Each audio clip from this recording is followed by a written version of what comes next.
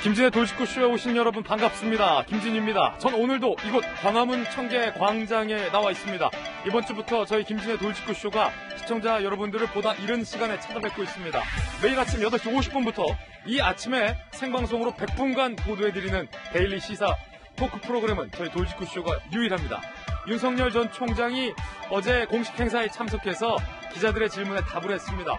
국민들의 우려와 기대를 경청하고 있다라면서 노블리스 오블리주를 강조했습니다. 이 기득권의 사회적인 책임과 무게를 의미한 건데 다보니 조 전 장관을 겨눈 말이다라는 분석도 나오고 있습니다. 잠시 후에 이야기 나눠보겠습니다. 전 비가 오나 눈이 오나 매일 아침 이곳에서 여러분을 기다리겠습니다. 김진의 돌직구쇼 지금 라이브로 시작합니다. 잠깐만요.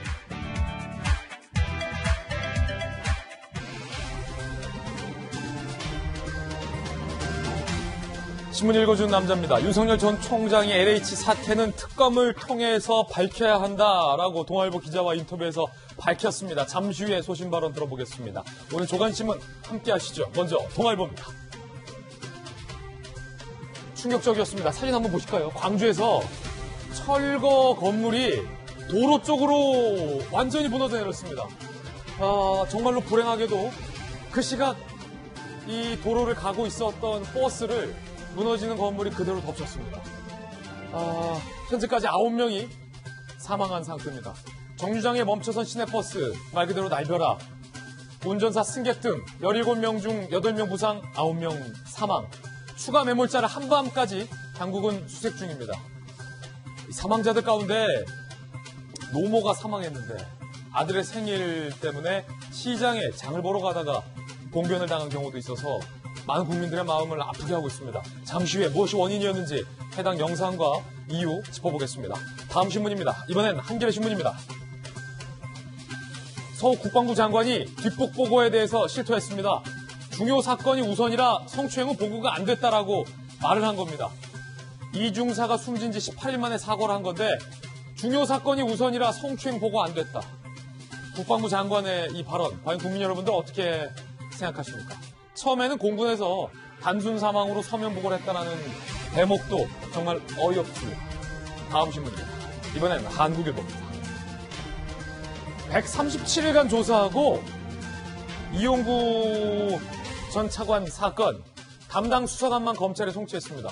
수사관 몇 명의 일탈이라는 겁니다. 오늘 한국일보가 용두 3위가 아니라 이용구의 용구 3위다. 경찰 수사에 대해서 강력하게 비판했습니다. 용구 3위다, 용구 3위다. 용구 3위. 과연 이용구 수사 과정에서 정말 외압은 없었을까요? 오늘 동아일보 단독 취재에 따르면, 단독 보도에 따르면 청와대는 일찍이 임명 전에 폭행 사실에 대해서 알고 있었을 정황이 동아일보에 의해서 제기됐습니다. 그런데도 이 폭행 사건이 뒤늦게 언론에 불거지자 청와대는 몰랐다라고 해명한 바 있습니다. 이 말이 사실이라면 청와대도 거짓말을 한 게 되는데 청와대는 알고 있었던 것인가, 몰랐던 것인가. 용구 3위 수사 결과 잠시 후에 따져보겠습니다. 다음 신문입니다. 이번엔 경향신문입니다. 대비인 듯 대비 아닌 대비 같은 외출. 경향신문 기사 제목이 참 재밌습니다. 대비인 듯 대비 아닌 대비 같은 외출. 묘하게 윤 전 총장의 행보에 비판하는 메시지도 경향신문은 있습니다. 차차 아시게 될 것이다. 전략적 모호성을 유지하고 있다. 일각에서는 대권 주자라는 분이 왜 본인의 입으로 선명한 메시지를 내지 않느냐라는 비판도 나오고 있는 가운데 첫 공개 행보가 이루어진 건데 오늘은 손님으로 온 사람이다 라며 입당에 대한 즉답을 피했다라고 합니다. 정말로 국민의힘에 입당을 하는 건지 말 것인지에 대해서 아직도 미지수라는 얘기가 될 것입니다. 잠시 후에 직접 한번 들어보겠습니다. 지금까지 신문 읽어주는 남자입니다. 오늘 함께하신 분들 소개해드리겠습니다. 손정혜 변호사님, 그리고 바라다 박 선생, 박정하 전 청와대 대변인 나오셨습니다. 현 정부의 핵심 실세, 부산의 전재수 의원님, 그리고 청와대 출입기자 출신의 이재명 정치부 선임기자 오셨습니다. 어서 오세요.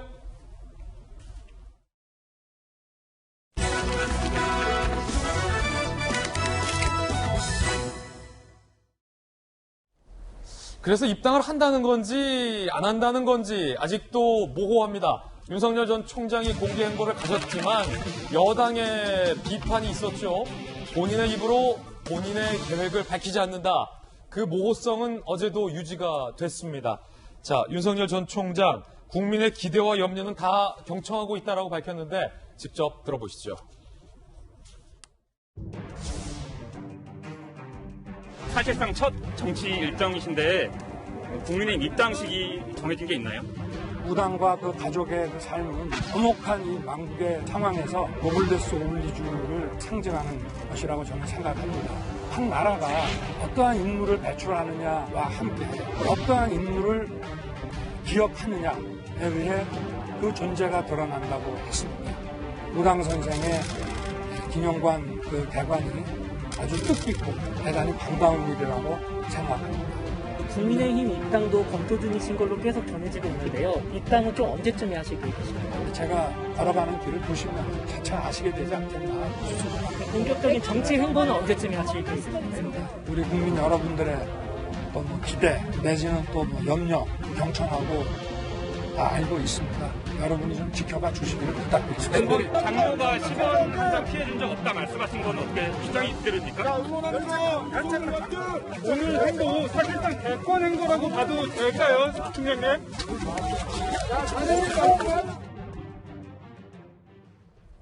네, 이재민 기자. 일단 뭐 여러 가지 메시지가 나오긴 했습니다. 노블리스 오블리주 관련된 뭐 부분은 잠시 후에 또 분석해 보기로 하고 가장 이제 궁금했던 게 대권 선언인 것인지 국민의힘으로 정말 기존의 분석 관계자의 말처럼 입당이 확실한 건지 백넘버 2를 달고 뛰겠다는 것이 본인의 진심인 것인지에 대해서 가장 기자들이 궁금했고 국민들이 알고 싶어야 할 텐데 그 부분과 관련돼서 뭐 좀 속 시원하게 답은 안 나온 것 같아요. 그렇죠. 메시지가 딱 분명하게 나오진 않았고 다만 얘기했던 건 자신이 걸어가는 길을 보면 알 수 있다.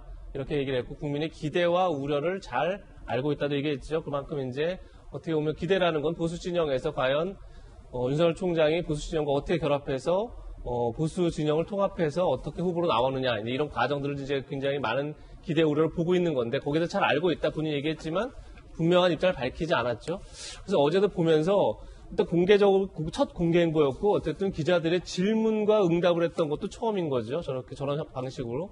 그런 점에서 뭔가 메시지를 기대했었는데 사실 좀 이렇게 여전히 모호함의 전략을 갖고 갔다 이런 생각이 들고 우리가 흔히 얘기하지만 정치인들은 본인이 하고 싶은 얘기보다 국민이 듣고 싶은 얘기를 해야 할 의무가 있습니다. 예. 그런 점에서 글쎄 어제 분명하게 뭐 내가 언제 등판하고 언제 국민의힘과 합류할 거고 이렇게 하진 않더라도 지금 내가 어떤 상황이고 그래서 앞으로 어떤 것들의 절차가 필요하고 그 과정을 거쳐서 어떻게 할 것이다 이 정도의 어떤 큰 개략적인 좀 본인의 정치 행보와 관련된 설명을 좀 했으면 어땠을까 이런 생각이 들고 물론 어제 하고 싶은 메시지는 아무래도 이제 노블레스 오블리주였겠죠. 그러면서 뭐 어떤 한 국가가 어떤 사람을 배출하나 보다 기억하는 게 중요하다. 그러니까 굉장히 메시지는 제가 볼 때도 어떤 애국적인 그리고 어떤 보수 진영을 향한 메시지가 아니었나 싶은데 제가 말씀드렸던 것처럼 많은 국민들이 궁금해하는 그리고 국민들이 듣고 싶어하는 얘기를 직접적으로 하지 않은 것은 좀 아쉬움은 남지 않나 이런 생각이 들었습니다. 예. 노블리스 오블리주. 바로 이제 그 부분과 관련돼서 우리 바르다 선생님께 좀 여쭤보겠는데 일각에서는 한 나라가 어떤 인물을 배출하고 어떤 인물을 기억하게 되느냐가 이제 중요하다. 노블리스 오블리주. 기득권의 어떤 사회 공헌, 기득권의 책임과 관련된 말이잖아요. 일각에서 조국 전 장관의 저서 출간이 노블리스 오블리주의 반례다, 반대되는 사례다라는 비판도 제기돼 왔는데 윤 전 총장이 조 전 장관 수사를 지휘했었던 거잖아요. 총장으로서. 노블리스 오블리주라는 언급이 혹시 조 전 장관을 언급한 것 아니냐, 이거 지적한 거 아니냐, 이런 분석 동의하십니까?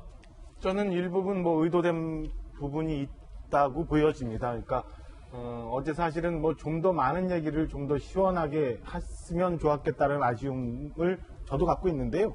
어제는 보면은 지금 노블리스 오블리주와 관련한 얘기 그리고 국민의 기대와 염려 다 알고 있다라는 두 줄만 준비하고 나머지는 특별히 얘기를 안 했어요. 근데 이 지금 말씀하신 것처럼 조국 전 장관의 책을 통해서 그리고 최근에 뭐 민주당 의원들 전수조사를 통해서 있는 국민들의 부동산에 대한 공분 이런 걸 얘기하면서 본인이 지금 국민들로부터 받고 있는 기대에 대한 상징 언어, 공정을 다시 얘기하고 이에 대해서 지도층 내지는 권력층의 노블리스 오블리저를 강조하면서 뭔가 메시지를 주려고 했던 거 아닌가라는 생각이 듭니다.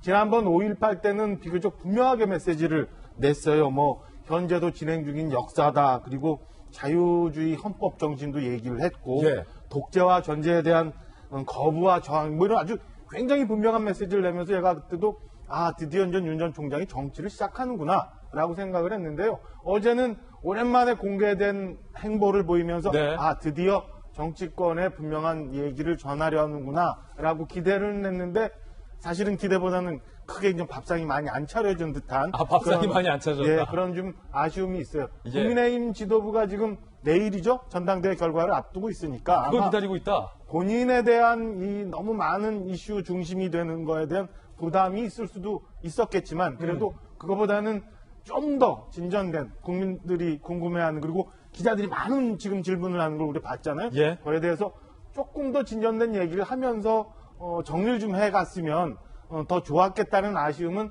요만큼 정도 좀 남게 되는 대목이었습니다. 예, 흥미로운 분석도 들어봤고요. 어제 행사는 서울시가 주관했고요. 여권의 인사들도 다수 참여한 행사였습니다. 특히 민주당의 송영길 대표도 참석한 행사였는데 송영길 대표와 윤 전 총장이 만나서 이야기를 하는 장면도 포착됐습니다. 무슨 이야기 나눴을까요? 영상으로 만나보시죠. 자, 송영길 대표와 윤 전 총장 굉장히 지금 반갑게 여러 차례 이렇게요. 보세요. 자, 악수하는 장면 보입니다. 표정, 송 대표 표정 밝고요. 이렇게 두 손으로 손을 감싸자 송 대표도 다시 두 손으로 감싸는 이게 이제 정치인들이 두 손으로 손을 감싸는 악수 표현을 자주 하는데 이 반가움의 표시일 때 보통 이제 두 손이 마주 잡잖아요. 어제 송 대표와 윤 전 총장이 저런 모습을 보였다.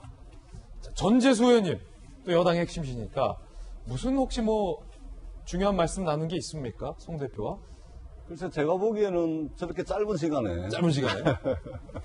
무슨 중요한 말씀을 나눌 그런 여유는 없었을 것 그렇죠. 같고. 예. 그래서 의뢰이 이제 만나면 반가움의 표시 정도로 보여지고.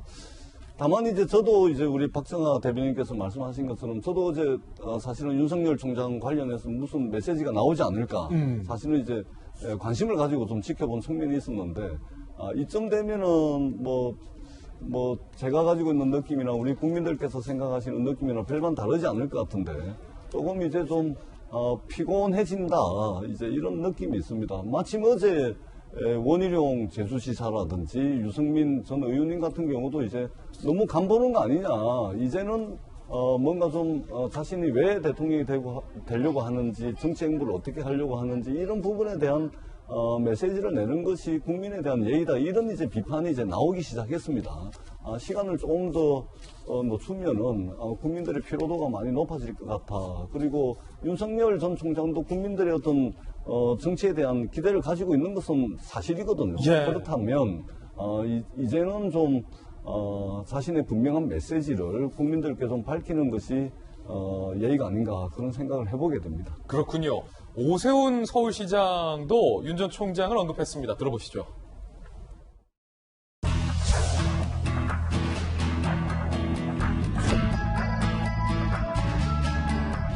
서울시 행사를 여러 번 치렀습니다만 이렇게 취재 열기가 뜨거운 경우는 처음인데요. 이렇게 많은 취재진이 오셔서 이 예장자락 그리고 오당선생님 기념관 서울시민 전체 다 한꺼번에 알 수 있게 도와주신 분이 윤석열 전 검찰총장님 같으세요. 정말 환영하고요. 앞으로 자주 모셔야 되겠습니다. 고맙습니다. 참석해 주셔서 감사드리고요. 윤석열 전 총장이 동아일보 기자와 인터뷰를 했습니다. LH 사태에 대해서 이건 특검으로 풀어야 한다라고 밝혔다고 합니다. 함께 보시죠. LH 사태 4.7 재보선 전에 특검 수사로 여야가 합의한 사안이다. 국민들이 다 그렇게 기대하고 있는데 어물쩍 넘어가면 국민들의 실망과 질책, 뒷감당하기 어려울 것이다 라고 밝혔습니다. 수사권도 없는 권익위에서 여당 의원들 조사했는데도 국민들이 놀랄만한 결과가 나왔다라고 밝혔고요. 국민들 여야가 합의한 특검을 통해 전모가 밝혀지길 기대할 것이다라고 인터뷰를 했습니다. 이재명 기자, 어물쩍 넘어가면 안 된다 윤 전 총장이 쓴소리했는데 여야가 특검 진짜 합의했잖아요. 지금 뭐 어떤 상황입니까? 진행 안 하고 있습니까? 4.7 재보선 전 3월 달이었죠. 3월 달에 여야가 합의를 했는데 그 합의가 사실은 구두 합의 정도였죠. 그러니까 서면으로 원내대표가 사인을 하거나 이런 건 아니었는데 어쨌든 구두로 당시에 어떤 합의가 있었냐면 LH 사태 관련해서 특검을 도입한다. 그리고 국회의원 전체를 상대로 전수조사를 한다. 이 정도 내용의 어떤 공감대, 구두 합의가 있었었는데 사실 어떻게 보면 지금 4.7 재보선 이후에 그게 흐지부지되는 면이 좀 없지 않아 있죠. 물론 LH 사태 관련해서는 계속 지금 국수본 차원에서, 그러니까 합동수사본부 차원에서 수사가 진행되고 있고 최근에 김부겸 총리가 또 중간 수사 결과를 발표했고 수사가 진행되고 있는 건데 글쎄요, 뭐 수사 별도로 지금 어떻게 보면 국회의원 전수조사 문제를 다시 한번 언급하는 게 아닌가 싶은데, 그러니까 노블리스 오블리주가 연결되어 있는 거죠. 결국은 국회부터 그리고 청와대라든지 어떤 고위 관리들부터 어떤 부동산 문제에서 전혀 이제 논란의 여지가 없어야만 부동산 정책을, 부동산 투기 문제를 제대로 이제 뿌리 뽑을 수 있기 때문에 그런 차원에서 흐지부지 넘어가면 안 된다. 그런 것들을 지적한 게 아닌가 저는 그렇게 보입니다. 예. 손정희 변호사님, 이 지금 LH 사태와 관련해서 국수본, 그다음에 뭐 권익위 여러 차례 이제 2트랙, 3트랙으로 조사가 진행 중인데 이 특검이 수사한다라는 거는 뭐가 다른 겁니까?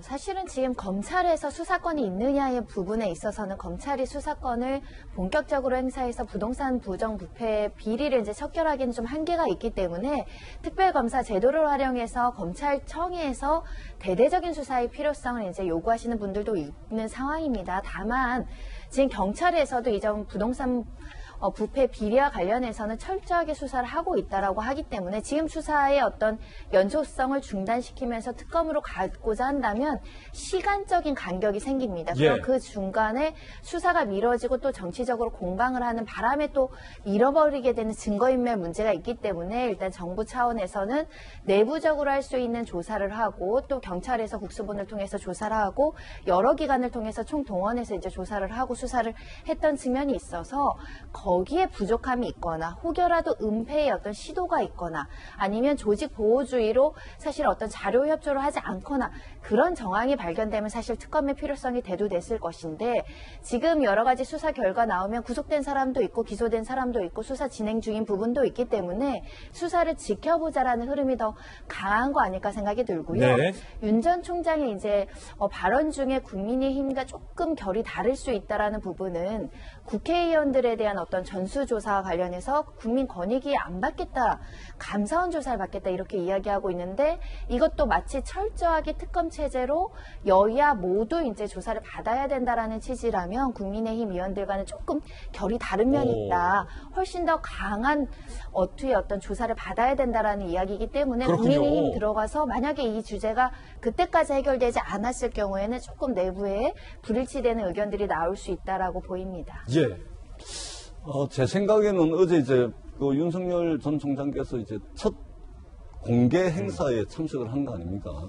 그래서 윤석열 전 총장의 메시지가 어떤 메시지가 나올 것인지 언론을 비롯해서 사실은 이제 저도 많은 관심을 가지고 있었는데, 근데 이제 이 메시지를 보게 되면 상당히 조금 좀 실망스러운 부분이 있습니다. 노블레스 오블리주를 말씀을 하셨는데 사실은 우당 이회영 선생의 삶을 노블레스 오블리주로 표현을 하기에는 그분의 삶은 너무 가슴 벅찹니다. 그렇게 표현을 하는 것 이상의 벅찬 삶이 있었기 때문에 과연 그것이 노블리스 오블리주로 표현할 만한 성질일 것인가라는 생각도 들고, 또 하나는 LH 사태를 느닷없이 이제 말씀을 했습니다. LH 사태는 지금 현재 경찰청 국가수사본부에서 지금 수사가 진행 중이고 이미 구속자들이 나오고 있습니다.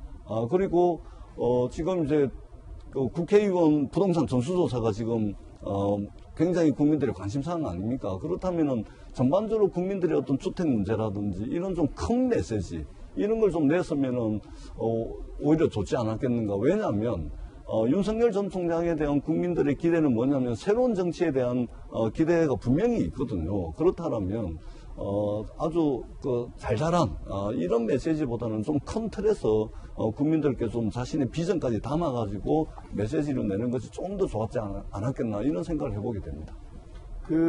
이제 LH 사태 관련해서 윤 전 총장의 언급은 동아일보가 단독으로 추후에 이제 취재를 해서 나온 거잖아요. 근데 말씀하신 것처럼 그 현장에서 있었던 얘기는 아니지만 저는 분명하게 뭔가의 의미는 있다고 봐요. 그러니까 지금 국민의힘 지도부가 이게 무슨 권익위 조사 말고 감사원 조사 뭐 이렇게 해서 좀 애매한 태도를 보여서 좀 어정쩡해지었지만 저는 이게 고난을 제대로 봐야 된다고 생각합니다. 지금 3월 초 있었던 거는 뭐냐면 우리가 혹시 권력자들이 내부 정보를 이용해서 부당하게 부동산 투기를 하면서 사적 이익을 챙겼느냐에 대해서 굉장히 국민들이 공분을 했고 지금 아직도 잡히지 않고 있는 부동산에 대해서 정부가 정책을 제대로 했느냐에 대한 문제였거든요. 여기에 사실은 민주당 지도부는 선거를 앞두고 전 의원 조사를 하자고 하면서 협의 과정에 권익위에 이제 일방적으로 가서 조사해서 그 결과가 나온 거거든요.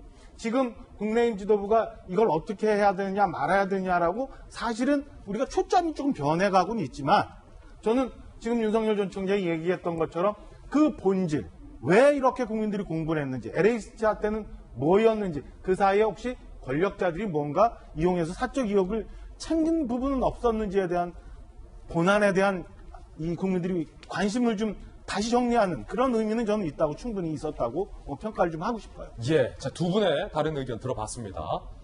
국민의힘으로 입당할 것인가 말 것인가 관련돼서 윤석열 전 총장의 친구인 이분은 다른 이야기를 하고 있습니다. 억측이다. 이철우 연세대 로스쿨 교수. 윤석열, 평생 이렇게 공부해 본 적이 없는 것 같다고 할 만큼 국정 전반에 걸쳐 공부하고 있다. 40대보다 더 열공 중이다. 라고 얘기하면서 진정성 있는 만남을 선호해 한 사람을 종일 만나기도 앞으로 다양한 사람 만나야 해서 행보가 느릴 수밖에 없다. 의원들의 접촉은 큰 의미 없다. 윤희숙 의원은 의원이랑 만난 게 아니라 전문가랑 만난 것이다. 라고 설명했습니다. 국민의힘 입당설이 억측이다. 과연 그렇다면 어떤 길을 걷겠다는 것인지 좀 궁금해집니다. 이번엔 저희가 준비한 두 번째 이슈로 이어집니다. 그 국민의힘의 전당대회가 한창이고 윤 전 총장이 말했던 부동산 문제와 관련해서 여당은 12명의 당 소속 의원을 출당 조치를 사실상 시켰습니다. 흥행 대박, 막말 리스크 부각이라고 이름 붙여봤는데 어제 나경원 후보가 울먹이는 토론회 영상 많은 언론에서 보도했습니다. 오늘은 이준석 후보도 눈물을 글썽였다고 합니다. 무엇 때문에? 함께 보시죠. 제복군인으로서 감내하기 어려운 정도의 모욕이었을 것이다. 무엇보다도 그것이 실수가 아니라고 계속 주장하고 정정하지 않고 있는 것에 대해 가지고 진짜 뭐라고 표현하기 어려울 정도의 분노를 느낍니다. 송영길 대표께서도 당내 인사의 발언에 대해 가지고 적절한 입장 표명을 통해서 최원일 함장님과 그리고 유족들 그리고 생존 장병들의 마음을 어루만져 주시기를 간곡히 부탁드립니다. 아직도 그 11년 전에 그것 때문에 트라우마에 치료비도 이제 자부담해가면서 하는 분들이 있는데 이렇게까지 모욕해야 됩니까? 저는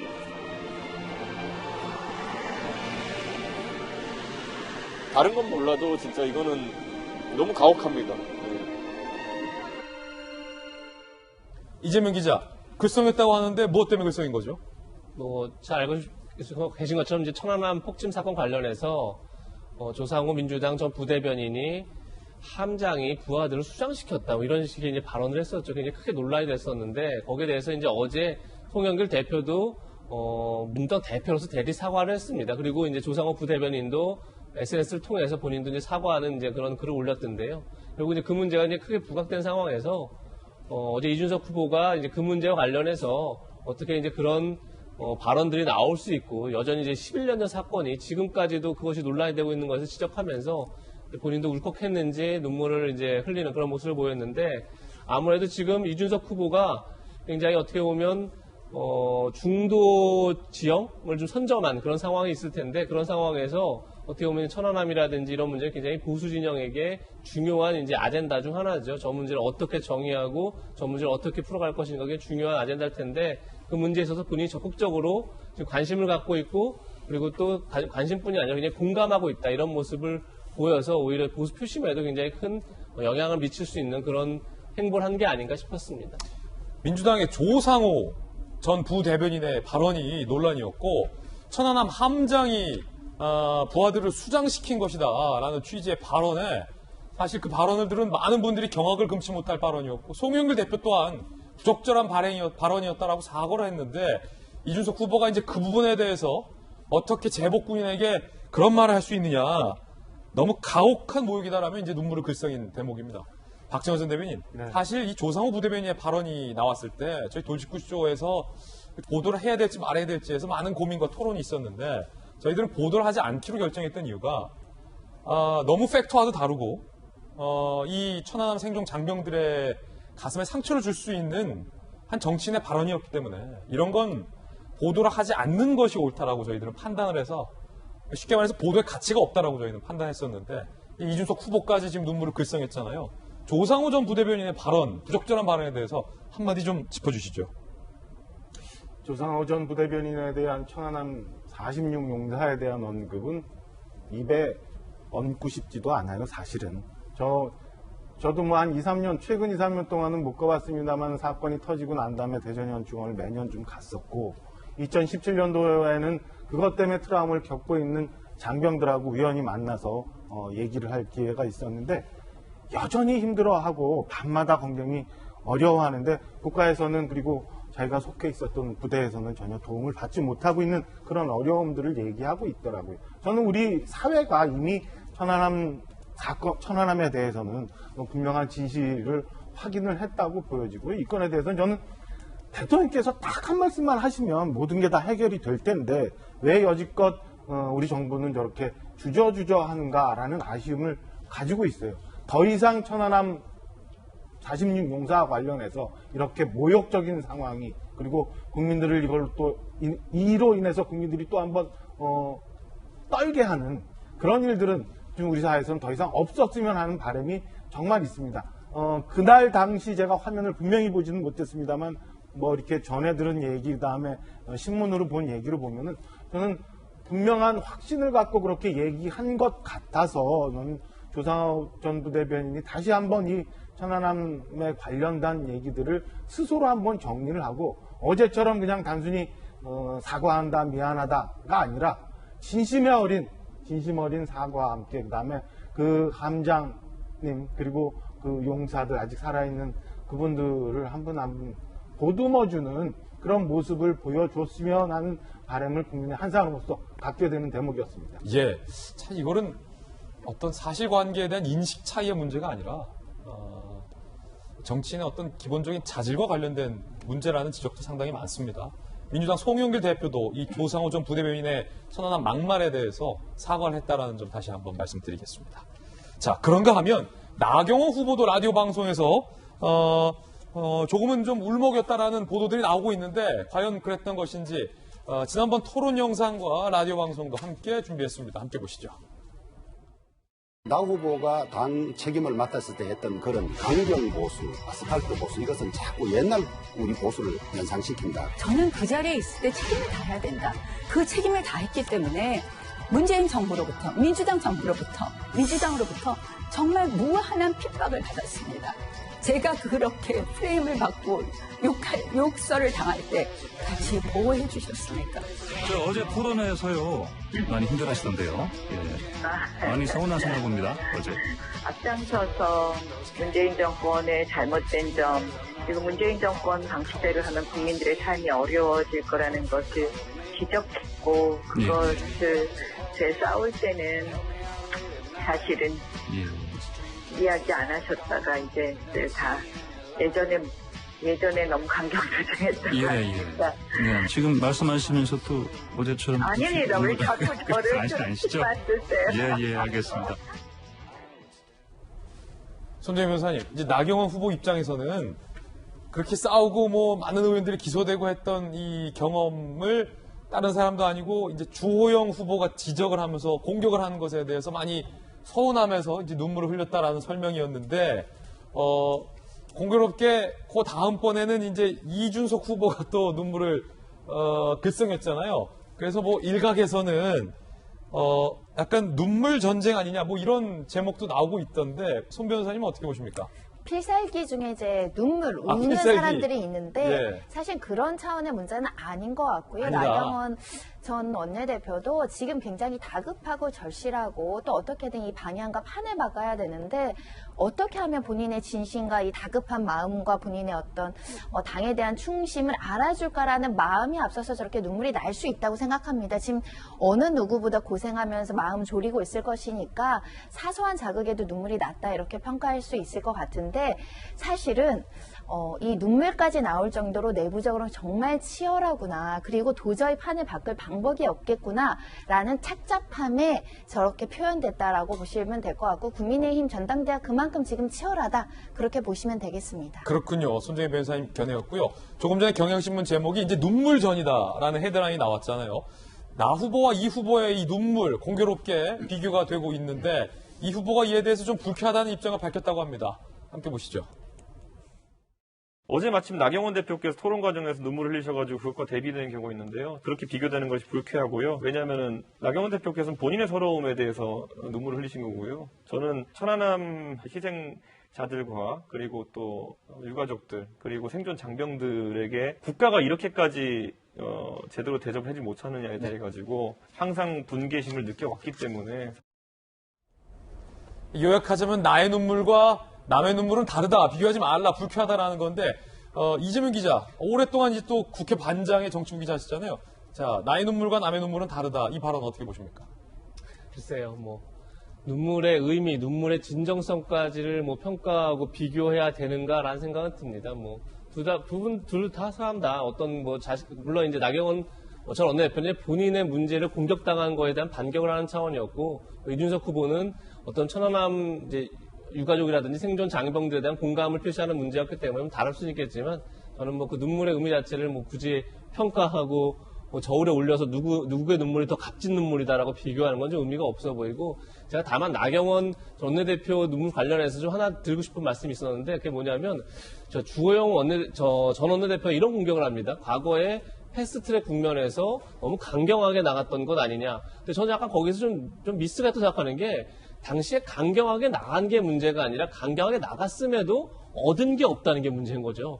그러니까 사실 그렇게 강경하게 나갔지만 결국은 이제 여당 연합이 다 된 거죠. 선거법이라든지 공수처법이라든지. 그러니까 전략 미스를 지적한 건 좀 의미가 있었지만 당시에 뭘 할 수 없는 야당 입장에서 강도 높은 투쟁을 했다는 걸 문제 삼으면 어떻게 되냐면 그럼 그야말로 지금 어떻게 보면 이제 아까 얘기했지만 중도 진영을 이제 이준석 후보가 선점하는 상황에서 오히려 강성 보수들에게는 나경원 후보가 더 강경하다 이런 어떤 보수 진영에게 오히려 어필할 수 있는 기회를 준 게 아닌가. 그러니까 좀 지적하는 포인트 자체가 강성하게 나갔지만 얻은 게 없는 전략 미스를 지적할 수 있었어도 강경한 투쟁 자체를 지적한 거는 좀 제가 볼 때도 좀 전략 미스가 아니었을까 싶고 그런 점에서 나경원 원내대표 입장에서도 좀 억울함이 있었지 않았을까 이런 생각이 듭니다. 예.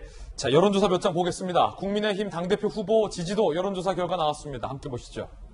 이제 이번 주 금요일이면 모든 투표와 여론조사가 취합이 돼서 발표가 됩니다. 자, 현재 쿠키뉴스가 의뢰하고 한길리서치가 조사한 여론조사 결과 이준석 후보가 48.2%, 이게 일반 여론조사지요. 나경원 후보가 16.9%, 주호영 7.1, 홍문표 3.1, 조경태 2.3 이런 순으로 조사가 됐습니다. 이준석 후보와 나경원 후보의 일반 국민 여론조사 그 갭이라고 하죠. 차이가 48.2 대 16.9로 상당히 많이 벌어지고 있음을 알 수 있고요. 잘 모름과 무응답은 22.4%가 나왔습니다. 전당대회 투표율도 42%를 넘어섰습니다. 역대 최고치의 투표율이 나오고 있습니다. 새누리당 시절에 31.7% 14년에 기록했었는데 이번 국민의힘에 투표가 현재 진행 중이기 때문에 투표율은 더 올라갈 것으로 보이고요. 이미 42.4%의 투표율을 넘어섰다라고도 표현할 수 있겠습니다. 정당 지지도도 함께 보실까요? 자, 전당대회 흥행이 이 정당 지지율에도 많이 도움이 되는 것 같습니다. 38%까지 국민의힘 지지율이 조사가 됐고요. 민주당은 29.7%의 정당 지지율 흐름을 보이고 있습니다. 하락세를 보이고 있습니다. 이번 주 금요일이면 이제 최종 당대표 후보가 이제 반영이 되는데 박정하 대변인이 이제 강원도 원주에서 당협위원장을 맡고 있잖아요. 거기에 이제 핵심 당원들의 여론도 굉장히 좀 치열하다면서요? 뭐 당장 내일이에요. 그리고 오늘도 이제 여론조사가 돌아가고 있고 미처 모바일 투표를 하지 못한 당원들에 대한 에이라스 조사가 계속 진행 중이거든요. 그래서 그 실명을 거론하지는 않겠습니다만은 그 당 활동을 오래 했거나 아니면 적극적으로 했던 아주 핵심적인 가까운 분들의 이 성향과 그 다음에 조금 좀 먼 일반 당원 내지는 이분들하고의 반응이 조금 달라요. 그러니까 양쪽의 미묘한 차이가 다르군요. 조금 달라요. 그래서 이게 최종적으로 어떤 결과가 나올지는 잘 모르겠습니다만은 지금 42% 넘고 오늘 하면 45%도 가까이 갈 텐데 이렇게 높은 투표율을 보여주고 있는 당원들의 당심이 지금 여론조사 봤던 것처럼 다소 차이가 있는 국민들의 일반 여론을 얼마나 수렴할 건지 아니면 혹은 그 일반 여론보다 달리 당 내에서 걱정하는 부분들이 반영이 될지 이건 좀 지켜볼 대목인 것 같아요. 아무튼 이번 전당대회를 통해서 굉장히 국민의힘이 국민들의 기대를 많이 받게 되는 점에 대해서는 긍정적으로 평가하고요. 다만 끝나고 나서 좀 전에 저희가 봤습니다만 격한 선거운동 과정 중에 막 이런저런 감정 섞인 막말도 있었고 막 이런 게 있었는데 그거를 여하이 수용해서 잘 당의 발전 방향으로 만들어가느냐는 나머지 우리 구성되는 지도부 그다음에 국민의힘 전체 구성원들의 몫이라고 생각을 합니다. 자, 강원도 반응 살펴봤고요. 이번엔 부산으로 가보겠습니다. 부산 북구에 재선 의원인 전재수 의원님, 물론 이제 소속 정당은 다르긴 하지만 이제 부산 앞바다 민심은 좀 잘 아실 것 같은데 어떻습니까? 그쪽 동네는? 일단은 저는 이제 제3자잖아요. 예. 제3자가 볼 때는 이번에 국민의힘 전당대회가 보여줄 수 있는 건 모든 것을 다 보여주고 있는 그런 전당대회입니다. 예. 굉장히 흥행을 했습니다. 이제 눈물까지 나오는 거 아닙니까? 예. 보여줄 수 있는 모든 것을 다 보여준 전당대회다. 그래서 국민들의 굉장히 많은 관심을 이제 끌었다는 측면에서는 굉장히 긍정적입니다. 그리고 또 한 가지는 이게 정치하는 사람들이 이게 4선, 5선, 경륜, 경험 이것이 한순간에 아무것도 아닌 것이 될 수도 있겠다라는 것을 이제 느꼈습니다. 어떤 분에게는 눈물겨운 지금 레이스를 벌리고 있고 또 이렇습니다. 그래서 이것이 결국은 정치를 하는 사람들에게 늘 겸손하고 늘 초심을 잃지 말고 한결같은 자세와 태도로 정치를 해야 되겠다라는 이런 메시지도 좀 저희들에게 주는 것 같고 그리고 한 가지 좀 아쉬운 것은 제1야당의 대표를 뽑는 선거잖아요. 근데 여기에 지금 굉장히 흥행을 성공을 하고 있음에도 불구하고 정치 이야기밖에 없어요. 네. 그리고 정치 이야기 중에서도 윤석열 이야기밖에 없습니다. 굉장히 아쉬운 거죠.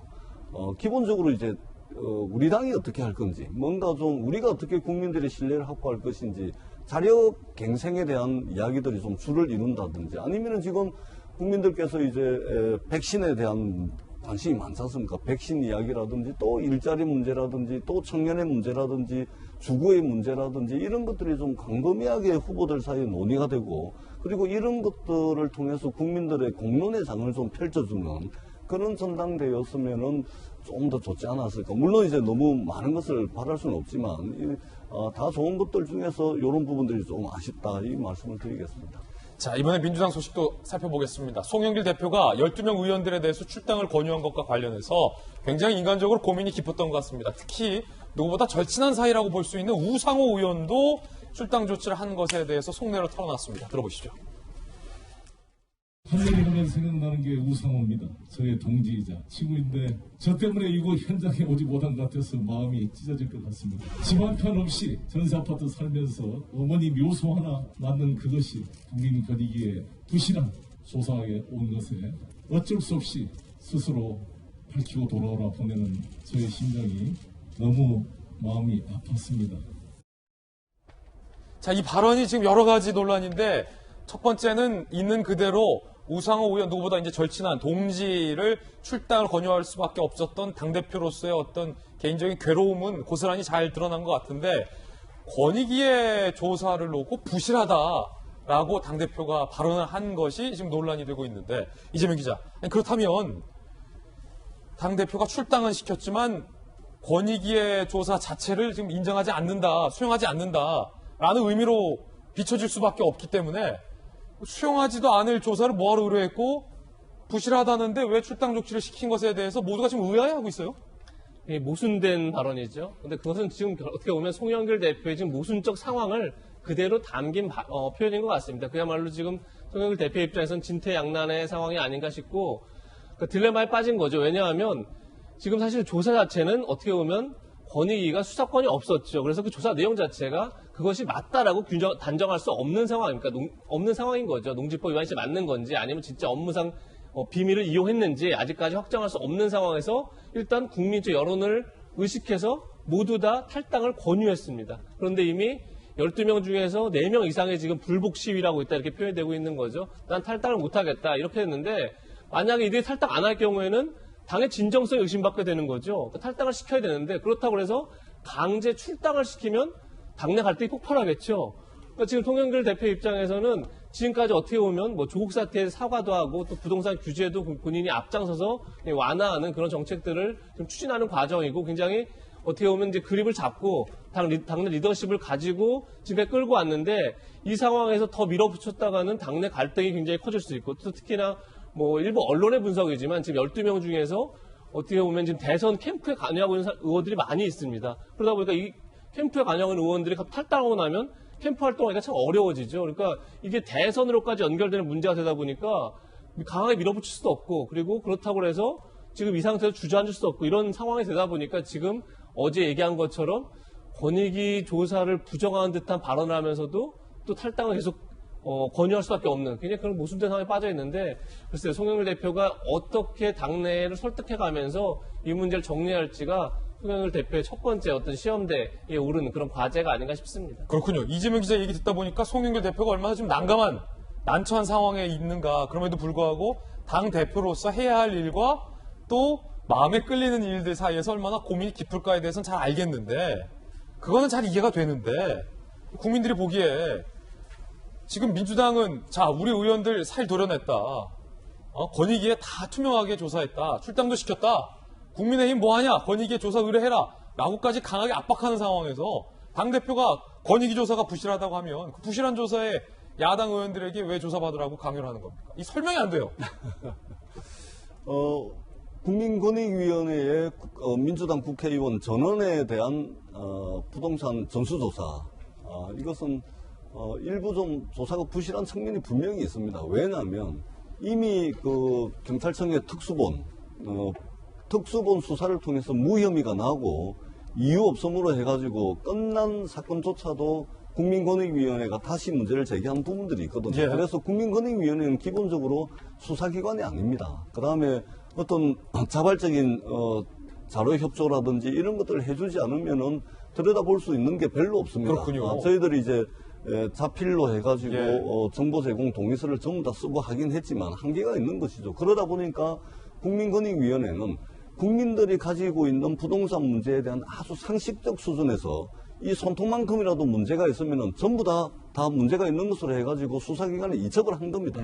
이제는 수사기관으로 넘어간 것이고 다만 이제 어제 송영길 대표께서 이제 저렇게 말씀을 하시는 것은 인간적 고뇌를 이제 피력하신 것으로 보는 게 맞을 것 같고 다만 이제는 국민의힘이 이제 받아야 됩니다. 지금 감사원에 국민의힘 국회의원 부동산 전수조사를 이제 감사원에 이제 의뢰를 했던데요.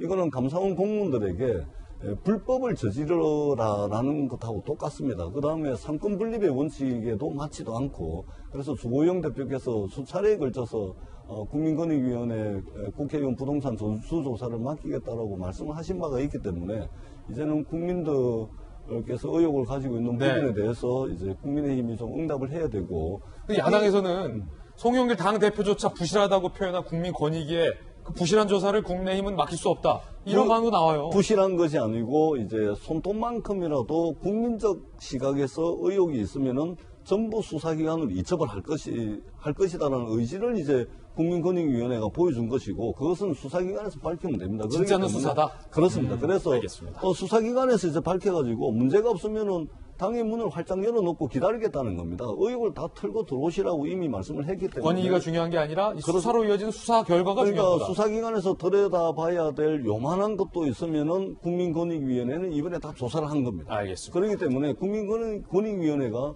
전현희 의원이 있다 그래서 편파적이고 공정성 시비를 일으킬 만한 것이 하나도 없다는 것을 이번에 스스로 보여줬다고 저희들이 평가를 할 수가 있는 것이죠. 자, 그런가 하면 윤미향 의원도 이번에 거론이 됐는데 윤 의원의 남편이 반박을 했는데 그 반박에 대해서 전문가들은 다른 지적을 했습니다. 이 부분인데 부동산 투기 의혹에 대해서 윤미향 의원의 남편이 김모 씨가 해명했습니다. 민주당 조치에 헛웃음 나오고 기막히다. 어머니가 사기당할까봐 내 명의로 부동산 산 거다. 아들 명의 집에 엄마가 사시는 것을 부동산 실명제 위반이라고 하나 보다. 라고 반박성 해명을 합니다.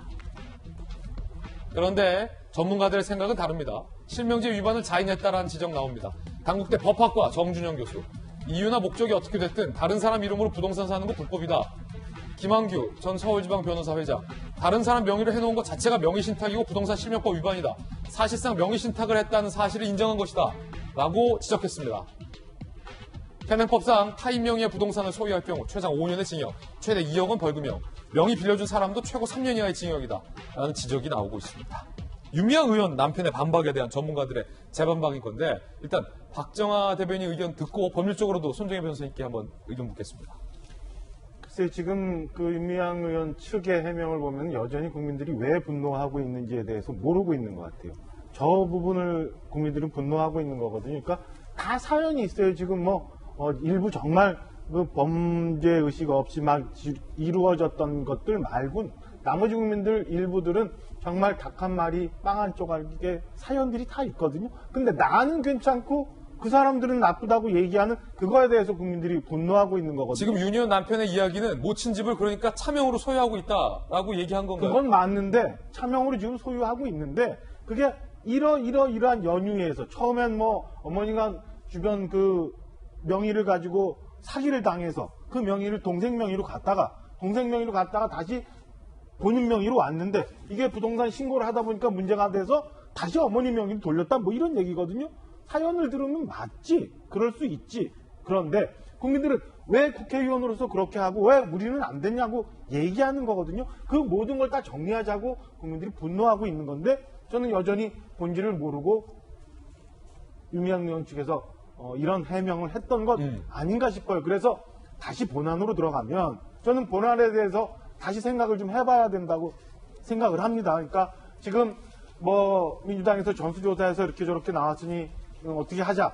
국민들 관심 거기 다 가 있어요. 그렇지만 저는 이거보다도 왜 지금 부동산 정책이 이렇게 왔는지, 그다음에 왜 LH 사태가 생겼는지, 그리고 왜 윤미향 의원 같은 저런 사연들이 생겼는지, 그리고 김상조 전 실장 같은 사연들이 생겼는지에 대해서 한번 봐야 되는 게 본안인데 이거에 대해서 저는 최소 오늘 아침까지는 민주당 지도부가 굉장히 성공을 하고 있다. 이 본질을 흐려서 국민들의 관심을 다른 쪽으로 가는데 성공하고 있다. 그래서 아쉽게도 국민의힘 지도부도 빨리 이 건에 대해서는 어떤 방식을 찾아서라도 전수조사에 응해가지고 이 국민적 의혹을 해소를 하고 정말 본안인 부동산 정책이 뭐가 잘못됐는지, 그리고 지금 왜 국민들이 분노하고 있는지, 왜 권력자들이 부동산에 대한 거에서 일부 이해 충돌의 문제를 가지고 흥분하고 있는지에 대해서 이제 따져 들어가야 된다고 생각을 합니다. 예, 박 대변인의 의견 들어봤고요. 그래서 손정혜 변호사님, 다른 많은 전문가들은 그게 실명제 위반이다라고 지적하고 있는 건데 손 변호사님은 어떻습니까? 얼핏 보면 이제 명의를 서로 이렇게 빌려주고 했다라고 볼 여지가 있는데 해명이 좀 애매한 부분이 있는 게 그렇군요. 해명이 나온 걸 보니까 아버님이 돌아가시고 시골집을 팔고 그 돈으로 이제 엄마 집을 사야 되는데 그때 아들 명의로 했다라는 취지예요. 이 명의 신탁 문제를 생각해 보시면 과거에 손혜원 의원이 이제 조카 명의 부동산을 살 때 본인이 취득자금 내고 본인이 세금 내고 본인이 관리나 이런 것들을 다 했음에도 불구하고 조카 명의 를 해서 명의신탁이라는 거잖아요. 명의신탁이 성립하려면 첫 번째, 이 부동산 매수 자금이 어머니 건데 아들 이름으로 샀다라는 게 증명이 돼야 되는데 지금 아버지가 별세하고 시골집을 팔았으면 이건 상속재산이잖아요. 예. 그럼 상속재산이면 어머니 돈이기도 하고 아들 돈이기도 섞여 있는 거예요. 그래서 실제 이 부동산의 매수 자금을 어머니 돈으로 샀는지 근데 아들 명의로 했는지 이런 명확하게 명의신탁입니다. 그런데 아들 돈이 대다수 들어갔다고 한다면 명의신탁으로 볼 수 없어서 취득 자금의 어떤 출처를 확인해야 판단할 수 있는 문제이다. 그리고 아들 명의로 샀을 때 어머니가 거주했잖아요. 근데 사실상 어머니 돈으로 사고 어머니가 관리비 내고 세금 내고 공과금 냈다. 그러면 또 이제 명의신탁이 증거가 되거든요. 근데 만약에 아들 이름으로 사서 아들이 그동안 부모님 부양 목적으로 무료로 살게 하시면서 관리비나 재산세를 아들이 냈다고 한다면 또 명의신탁으로 보기 어려울 수 있기 때문에 이것은 단순히 이 해명에 국한된 게 아니라 이 집을 사는 매수 자금이 엄마 돈인지 아들 돈인지를 좀 명확히 해야 법률가로서 판단이 가능한 사안이다. 이렇게 말씀드릴 수 있고요. 예. 이 역시 수사기관에서 수사할 겁니다. 돈 자금 출처 얼마 되지 않았다고 한다면 은행 거래 내역이나 매도인으로부터 확인이 가능한 쉽게 부분이기 확인되죠. 때문에 누구 자금인지는 조만간 확인되지 않을까 합니다. 네. 자, 이번에는 저희가 준비한 다음 주제인데 경찰이 이용구 사건에 대한 수사 결과를 마무리했습니다. 수사관의 일탈이라는 결론이 나왔습니다. 그러자 오늘 많은 조간신문들은 시작은 요란하게 하더니 꼬리가 굉장히 뱀의 꼬리였다.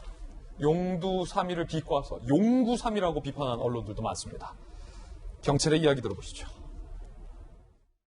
사건 담당자 등은 사건 처리 당시 이 전 차관이 공수처장 후보로 거론되고 있는 사람이었던 사실을 알고 있었던 것으로 12월 19 언론 보도 이후 평범한 변호사로 알았을 뿐이라고 서울청에 보고하였습니다. 관련자들의 통화 내역 총 8,000여 건을 분석하였으며 사건 처리 기간 중 경찰 고위 간부나 서초서장 이하 사건 담당에게 통화 내역을 발견할 수 없었으며 모든 대상자는 외압 청탁 영향 행사에 대해서 그런 사실 없음을 진술하였습니다. 결국 담당 수사관 한 명만 이용구 차관이 누구인지 검색해서 알고 있었는데 위에다 그 사실을 숨긴 채 일을 그렇게 진행했다는 겁니다. 윗사람들 누구도 보고받지 못하고 알지 못했다는 겁니다. 과연 경찰의 이 말 사실일까요? 함께 보시죠. 청탁과 외압은 없었다. 진상조사단 발표. 이미 경찰의 거짓말은 여러 건이 들통났죠. 예컨대 이용구가 누군지 몰랐다라는 것도 거짓말이었고 상부에 보고한 적 없다라는 것도 거짓말이었고 현장 경찰관이 특가법 위반이라고 판단했음에도 불구하고 일선 청장까지 고위 관계자까지 나와서 특가법에 적용되지 않는다라고 밝혔던 부분도 일선 경찰청의 판단도 경찰이 공개하지 않았다가 뒤늦게 공개된 바 있었죠. 자, 단독 일탈로 그 경찰이 결론을 내렸습니다. A 경사의 문제라는 겁니다. 실무자 한 명만 특수직무유기 혐의로 검찰에 송치됐고 상급자들은 모두 다 면죄부를 받았습니다. 법조계에서는 꼬리 자르기란 비판 나왔고요. 참여연대에서도 꼬리 자르기다. 경찰 지휘라인 통합 외합, 청탁 있었는지 추가 조사나 수사로 확인해야 한다라는 강한 의심의 눈초리가 이 경찰의 수사 발표에 쏟아져 나오고 있습니다. 담당 수사관 한 명만 꼬리 자르기다 라는 비판이 나오고 있는 이유 조금 더 자세히 살펴보겠습니다. A 경사의 보고라인 서초서 간부들 휴대폰 포렌식 결과 통화 내역을 일부 삭제했다라는 것 우리들은 알고 있죠. 국민들은 일부는 안티 포렌식 앱까지 설치했다. 이미 다 조치를 해놓고 나서 경찰의 진상조사가 들어갔다는 겁니다. 그러고서는 통화한 사실 없네 이렇게 발표한 거예요. 그렇다면 서초서 간부들은 왜 통화 내역을 일부 삭제했을까요? 그렇다면 왜 일부는 포렌식이 안 되게 앱을 설치해놨을까요? 폭행사건 4월 뒤 이용구 공수처장 후보 거론 인물을 알고도 허위 보고를 했다라는 거죠.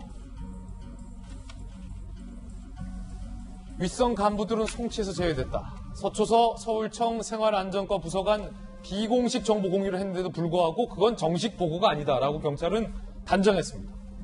그리고 앞서서 무언가들을 삭제했던 것을 봤을 때 삭제 패턴이나 분량으로 볼 때 의도성이 발견되지 않는다라고 자의적으로 해석을 했습니다.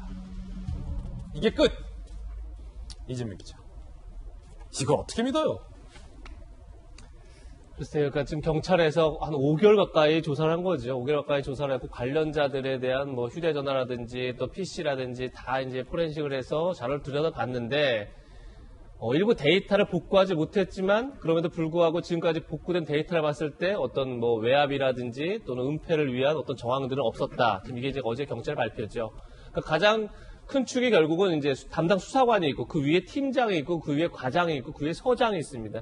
어쨌든 뭐 은폐가 이루어지려면 이 4명 사이에 그리고 회유나 뭐 어떤 압력이 있어서도 이제 4명 사이에 오갔겠죠. 근데 4명 사이에 그런 것은 발견되지 않았다는 게 지금 경찰 조사고 다만 지금 형사팀장이 휴대전화를 데이터를 삭제하면서 다시 복구하지 못하게 포렌식 앱을 깔았다는 겁니다.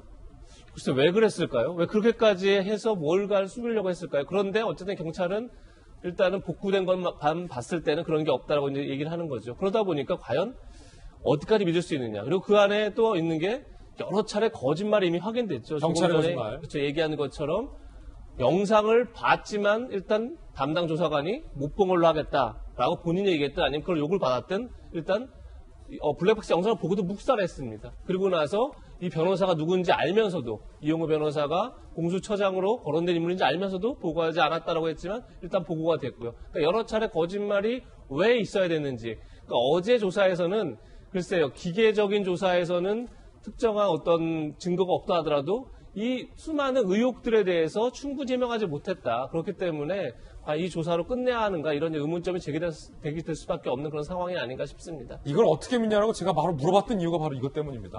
이미 국민들 사이에서는 경찰의 거짓말과 관련돼서 의문점이 쌓아질 대로 쌓아졌는데 이 같은 수상한 행적들에 대해서 이게 윗선의 외압이나 수사가 없었다라는 설명이 경찰은 납득할 수 있는 설명을 내놔야 하는데 그런 게 없었다라는 거죠. 뭔가 부실하다는 거죠. 그런 비판이 제기되고 있다는 거죠. 그뿐만이 아니라 오늘 동아일보는 청와대가 당초 설명과는 달리 이용구 전 차관의 폭행 사실을 알고도 임명을 강행한 것 아니냐라는 의문을 제기합니다. 동아일보 보도 내용 함께 보시죠. 여러 가지예요. 이용구 전 차관이 택시기사를 폭행한 게 11월 6일, 8일에서 9일 이용구 전 차관이 추미애 당시 법무부 장관 정책보좌관과 수차례 통화를 했다. 내용은 알 수 없어요. 9일 공수처장 후보자 명단에서 이용구 전 차관이 제외됐다. 라는 걸 봤을 때 추미애 정책보좌관과 이용구 차관 사이의 통화에서 폭행 사실에 대한 보고가 이루어졌고 공수처장에서 제외된 건 아니냐. 그렇다면 당연히 청와대에도 보고가 된 건 아니냐라는 합리적인 의심을 동아일보는 제기합니다. 그리고 16일 내사 종결. 16일 이후에 동아일보는 청와대가 이용구 폭행 사건에 대해서 인지했을 것이다라고 의혹을 제기합니다. 그런데도 불구하고 이용구 차관 임명이 강행됐다는 겁니다. 폭행 사건을 알고도 임명을 강행했다라는 강한 의구심을 오늘 동아일보는 제기하고 있습니다. 두 분의 의견 들어보겠습니다. 먼저 청와대에 계셨던 박정하 대변인. 네. 법무부 장관의 정책보좌관과 이용구 차관이 다 통화했고 공수처장에서 제외도 됐고 근데도 청와대는 몰랐을까요? 글쎄요, 요즘에 이제 정책보좌관, 장관의 정책보좌관 직책이 많이 이제 각 부처별로 있는데 그게 단순한 보좌관의 업무가 아니에요. 그동안 오랫동안 장관과 같이 일을 했던 사람들이 가서 장관을 대신해서 거의 뭐 비서실장보다도 더 막강한 권한과 범위를 갖고 일하는 사람들이 주로 이 보좌관으로 가거든요. 지금 쭉 보셨던 것처럼 사실은 그 서초서 내에서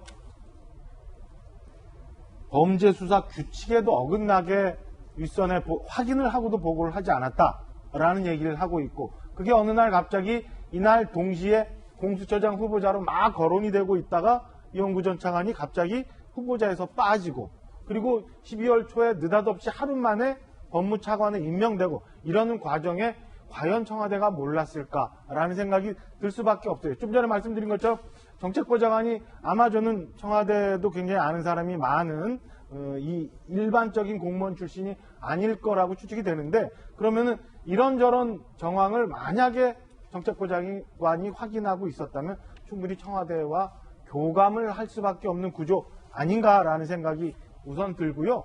지난번에도 말씀 주셨지만 사실은 저랑 같이 일했던 어떤 직원 하나의 낮에 있었던 음주 사건이 2시간 만에 시안비서관 민정 쪽 이런 쪽에 통해서 확인이 들어오거든요. 그런 걸로 치면 저는 이 서초소가 지금 부실 꼬리 자르기 진상조사를 한 것처럼 이런 과정이 있었다면 충분히 법무부 정책보좌관을 통해서 청와대에 넘어갔을 가능성 아니면 이 정상적인 경찰 보고 라인을 통해서 청와대에 넘어갔을 가능성이 저는 충분히 있을 수밖에 없는 상황이다. 이 건에 대해서 청와대가 분명히 얘기 안 한 것 아닌가라는 저는 의심을 할 수밖에 없는 상황입니다. 관련 프로토콜 한 가지만 물어볼게요. 이용구 차관 본인이 임명될 당시에 많은 이제 검증 문서를 내잖아요. 그때 입건되지 않더라도 불미스러운 일로 경찰의 조사를 받은 사항에 대해서도 내정자는 청와대에 보고를 해야 할 의무가 있죠? 그게 이제 정부마다 다 건사검증 시스템이 다르니까 다를 수 있습니다만은 과거에는 분명히 200가지 문항을 가지고 이 건에 대해서 걸릴 수밖에 없는, 그리고 본인이 얘기할 수밖에 없는 상황이에요. 이 200가지 문서가 다 있었어요. 전재수 의원님, 청와대가 정말 알고도 임명 가능한 겁니까? 제 생각은 이렇습니다.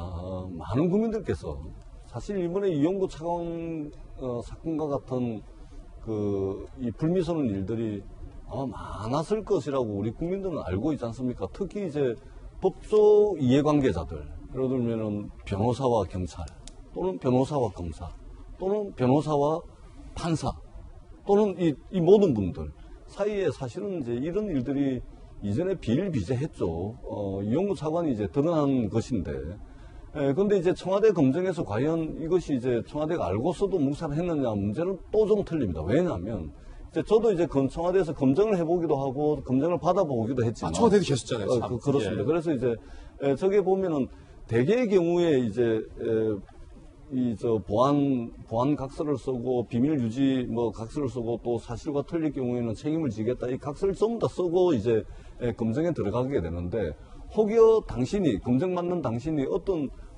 불미스러운 일이 있지 않냐, 또는 그런 것들이 이전에 있었느냐, 이런 이제 질문 항목이 있습니다. 거기에 본인이 그걸 쓰지 않으면 청와대로서는 알 수가 없습니다. 그리고 입건이 됐으면은 당장 경찰의 신원조회를 통해서 확인이 가능한데 입건이 지금 안 됐다는 거 아닙니까? 그리고 본인이 스스로 써야 되는 그 진술서에 쓰지 않으면 이 차관이 숨겼을 가능성도 있겠고. 그러니까 이제 본인이 거짓말하면 청와대는 그냥 믿고 넘어갈 수밖에 없는 겁니다. 그렇기 때문에 청와대의 인사검증이라는 것이 완전 무결하고 완벽하고 그렇지가 않습니다. 그런 측면에서 이제 청와대가 꼭 알고서도 묵인했다, 이렇게 이제 보기에는 조금 좀 무리가 있을 수 있겠다는 생각이 듭니다. 그렇군요. 이번엔 저희가 준비한 다음 순서입니다. 오늘 뜨거운 분들만 모아봤습니다. 핫상 공개합니다. 광주에서 안타까운 사고가 발생했습니다. 그리고 조국 전 장관의 딸 조미 씨와 관련된 뉴스, 그리고 공군 사병이 만취해서 택시를 몰고 달아났다고 합니다. 하나씩 살펴보죠. 광주 재개발 현장에서 철거 중인 5층 건물이 지나가던 버스를 덮쳤습니다. 많은 사람이 사망했습니다. 함께 보시죠.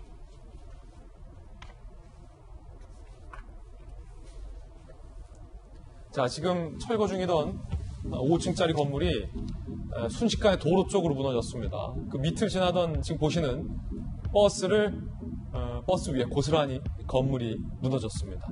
이에 따라서 최소 9명이 숨졌고요. 8명은 현재 중상을 당한 상황입니다. 지금 철거 과정에 공사 인부들이 피하는 모습도 봤는데 54번 버스, 재개발 지역 철거 중이던 5층짜리 상가 건물이었고, 정류장에 멈췄던 버스가 순식간에 매몰되는 안타까운 일이 발생한 겁니다.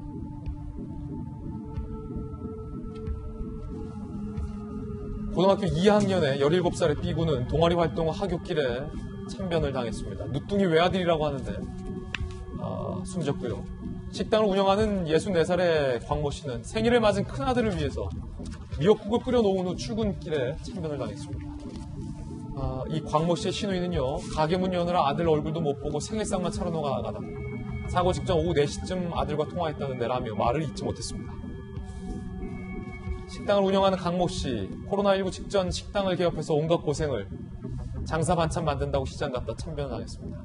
버스 타고 아들에게 곧 도착하니 만나서 같이 가자는 전화까지 했다는데 얼굴도 못 보고 라며 말을 잊지 못했습니다.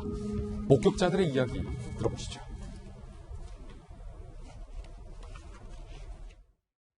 건물이 이렇게 흔들린다든 그런 전제는 전혀 없었어요. 그냥 갑자기 순식간에 무너진 거예요. 소리가 이제 천둥번개 세게 치듯이 이렇게 콩소리가 크게 나가지고 가서 봤는데 다 이미 무너진 상태였고 먼지 때문에 근데 시야 확보가 안 돼서 건물이 폭발처럼 터져가지고 온 동네가 그 뿌연 연기처럼 아무것도 안 보이게.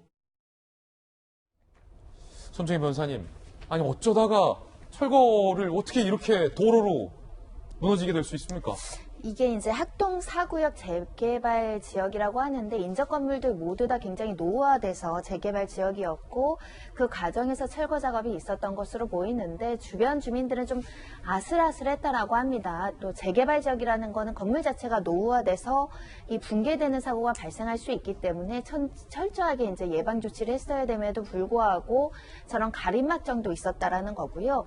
사고 직전에 안에 있던 공사팀은 어떠한 상황을 예감을 했는지 다 철수를 해서 안에는 피해가 없었고 다만 지나가던 그 버스의 뒷좌석에 탄 승객들이 대다수 이제 사망하셨다고 해서 뭐 대표적인 인재 사건이라고 이야기 드릴 수 있고요. 이렇게 철거하는 과정에서 이런 사고가 발생하지 않도록 여러 가지 이제 보양 작업을 했는지 여부 이런 것들을 이제 확인해야 될 것 같은데요. 국가수가 합동 검식을 하고 경찰도 이제 안전 조치 의무 위반에 대한 수사를 벌일 것으로 예상이 되는데 뭐 안타까운 죽음이 이미 발생을 해서 사후에 이렇게 조사를 하고 이런 것도 중요하지만 이런 관리 어떤 규정을 잘 지키도록 사전 점검하는 그런 게 정말 필요하지 않을까. 정말 안타까운 죽음들입니다. 아니 사건을 잘 모르는 입장에서는 조선일보 일면 제목이 방금 아무도 내리지 못했다예요. 너무 가슴이 아픈데 공사 관계자들이 뭔가 조짐을 알고 다 대피했다면서요. 그러면 뻔히 대피하면서 워낙 뭐 경황이 없었겠습니다만 앞에 버스가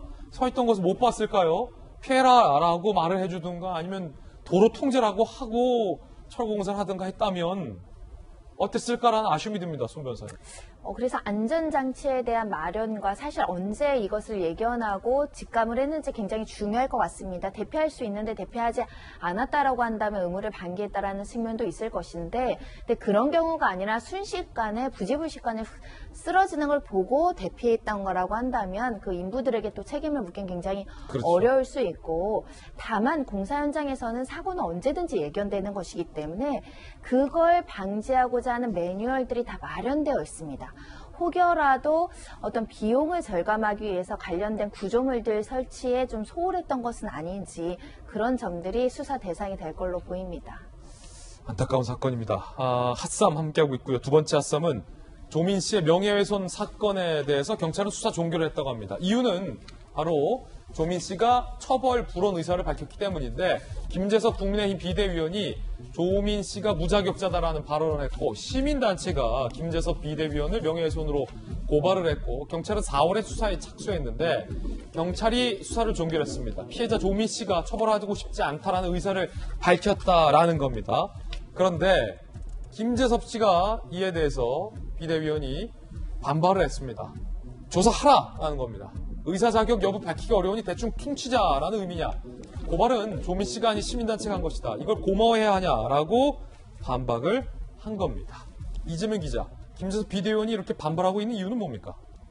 지금 방금 전에 설명한 것처럼 그러니까 조민 씨에 대해서 무자격자다. 그러니까 의사 면허를 받고 지금 본인이 당협위원회를 맡고 있는 지역의 병원에서 인턴을 하고 있는데 과연 그것이 적법하냐라는 이제 문제를 제기하는 거죠. 그랬더니 다른 시민단체가 이제 고발한 겁니다. 하지만 이제 명예훼손죄는 본인의 명예훼손을 당한 본인이 처벌사가 있다 이럴 때만 이제 수사를 할 수 있는 거죠. 그런데 조민 씨가 처벌을 원치 않는다라는 처벌 불원서를 냈고 그러니까 결국 이제 수사가 종결됐는데 이게 지금 이제 김재석 비대위원 입장에서는 이걸 보면 마치 조민 씨가 선처라는 것처럼 비치게 되는 거죠. 네. 그거에 대해서 굉장히 거부감을 느끼는 것 같고 그렇기 때문에 그냥 오히려 이 선처를 마치 본인이 이제 선처라는 걸 통해서 의사 자격의 문제를 퉁치는 거 아니냐 이렇게까지 비판을 했는데 사실 이 문제는 참 어렵죠. 왜냐하면 이미 뭐 1심 판결은 있지만 아직까지 대법원 판결이 남아있는 상태고 조민 씨가 부산대 의전을 입학하는 과정에서 허위 인턴 증명서 등을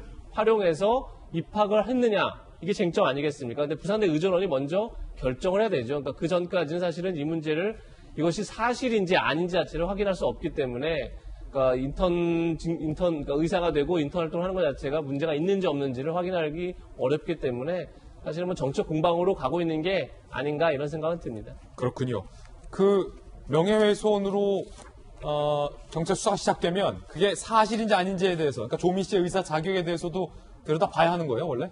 그게 사실일 경우에 만약에 의사가 되는데 자격에 문제가 있을 경우 그럴 경우에는 이제 그 김재석 비대위원의 발언이 전혀 문제가 없게 되는 거죠. 그런데 만약에 의사가 되는데 전혀 문제가 없었다 이렇게 이제 부산대 의전원이 결정을 하고 그래서 의사 면허 딴 것, 그다음에 인턴 활동하는 게 문제가 없다 그러면 저건 명예훼손이 될 수 있는 거죠. 그러니까 그것을 다투기 위해서 김진석 비대위에 저 얘기를 하고 계속 소송이 진행돼 좋겠다 이런 이제 표현을 쓴 건데 뭐 앞으로 사실 상당한 시간이 걸리기 때문에 뭐 앞으로 부산대 의전의 결정을 일단 지켜봐야 될 것 같습니다. 핫쌈, 세 번째 핫쌈입니다. 이번엔 공군 사병이 만취해서 택시를 몰고 달아났다고 합니다. 영상으로 만나보시죠. 자, 길거리에 사고를 낸 택시가 멈춰서 있는데 출동한 경찰이 잠든 운전자를 끌어내립니다. 자, 몸도 제대로 못 가누는 운전자, 알고 보니 휴가를 나온 공군 사병이었다고 합니다. 만취 상태로 택시에 타서 행패 부리고 택시기사가 경찰에 신고하려고 차에서 내린 틈을 타서 택시를 몰고 달아났다고 합니다. 황당한 사건 자세히 보시죠. 1km 운전 후에 체포됐다라고 하는데 공군 38 전투비행전대 소속 A병사라고 합니다. 부산에서 휴가 중이다 발생한 일이라고 하는데 아니 전재수 의원님 동네네요. 지역 동네인데 여기 공군 왜 이럽니까? 참 이게 별의별 일들이 뭐 다 있습니다. 저도 이제 군대 저는 이제 해병대를 갔다 왔는데 군대에 있다가 이제 휴가를 나오면은 사실은 이제 굉장히 이제 해방감을 느끼죠. 이 부드러운 외모와 다르게 해병대 갔다 오셨어요. 생긴 건 저 방위처럼 생겼는데 출신은 이제 해병대 출신. 또 이 방위분들도 또 발끈할 수 있어서 방위들도 고생 많습니다. 이게 순하게 생겼다. 순하게 생겼다. 예. 그래서 이제 해방감이 들긴 하는데 그래서 뭐 사건 사고가 많습니다. 또 저 나이가 또 굉장히 젊을 때 아닙니까? 그러나 우리 사회가 용인할 수 있고 받아들일 수 있는 수준이 있고 그렇지 않은 것이 있습니다. 만약에 저렇게 객기로 했다 칩시다. 근데 사고가 나면은 다른 사람들이 큰 피해를 돌이킬 수 없는 그런 피해를 입을 수 있는 거 아닙니까? 그래서 휴가를 나왔으면 좀 이제 좀 휴가다운 휴가를 보내고 그렇게 하는 것이 좋지 않을까. 또 친구들도 만나고 부모님 못 보던 부모님도 좀 만나서 군대 이야기도 좀 하고 좀 이렇게 보내는 것 좋지 않을까. 그런 이제 아쉬움이 좀 있습니다. 예, 이 군의 기강을 제대로 확립하는 계기로 공군뿐만 아니라 우리 군이 이번 기회를 잘 삼아야 될 것 같습니다. 핫쌈 전해드렸습니다. 이번에는 저희 김제 돌직구 쇼가 개편하면서 새롭게 준비한 코너가 있습니다. 사연남이라고 이름을 붙여봤는데 사건과 연애를 파헤치는 남자입니다. 사연남 시작하시죠. 배우 한예슬 씨가 최근 자신에 대한 루머와 의혹들에 대해 직접 해명에 나섰습니다. 한예슬 씨는 어제 자신의 유튜브 채널에 영상 하나를 올렸는데요. 다 얘기해 드리겠다면서 각종 의혹에 대해서 조목조목 하나하나 짚어가면서 해명과 반박을 했습니다. 특히나 한예슬 씨의 남자친구가 유흥업소 접대부 종업원이었다라는 의혹 등에 대해서 강하게 부인을 한 겁니다. 고가의 차량을 선물해 준 건 아니냐라는 의혹에 대한 입장도 밝혔다고 하는데 하나하나씩 한예슬 씨의 해명과 또 공방에 대해서 오늘 전문가 모시고 이야기 나눠보도록 하겠습니다. 남자친구한테 보라색 람보르기니 우라칸을 선물해줬다. 제 차입니다. 네, 제가 보라색을 워낙 좋아해서요. 제 차입니다. 제 남자친구는 비스티 보이즈가 아닙니다. 제 남자친구는 아닙니다. 저는 뭐 하는 데든지도 모르겠고 가본 적도 없어서 제가 뭐라고 설명을 해드릴 수가 없지만 적어도 제가 아는 내용 안에서는 제 남자친구는 아닙니다. 팩트도 아닌 이 루머들, 가십들, 그리고 허위 사실들, 악플들로 인해서 이 창창한 한 남자의 앞날을 이렇게 짓밟는 거는 전 도저히 용납할 수가 없고 용서할 수가 없어요.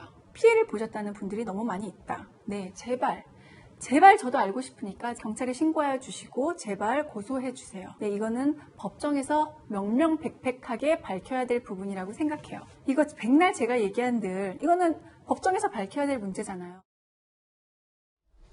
사연남 IHQ K스타의 연예 전문 기자 안지선 기자 모시고 이야기 나눠보겠습니다. 안 기자님 어서 오세요. 안녕하세요. 한예슬 씨가 직접 이제 해명과 반박을 한 건데 기존에 제기됐던 의혹이 이제 남자친구가 이제 유흥업소 접대부 종업원이었다라는 의혹인데 한예슬 씨 좀 어떻게 반박한 거죠? 네, 어제 이제 9일에 이제 한예슬 씨가 자신의 유튜브 채널을 통해서 다 얘기해 드릴게요라는 제목으로 하나의 동영상을 올렸는데요. 그 조회수 제가 지금 들어오기 전에 한번 네. 검색해봤더니 23시간 만에 거의 145만 조회수를 145만 뷰. 네네. 거의 저 김재희 돌직구쇼와 비슷한 조회수. 아, 그런가요? 예.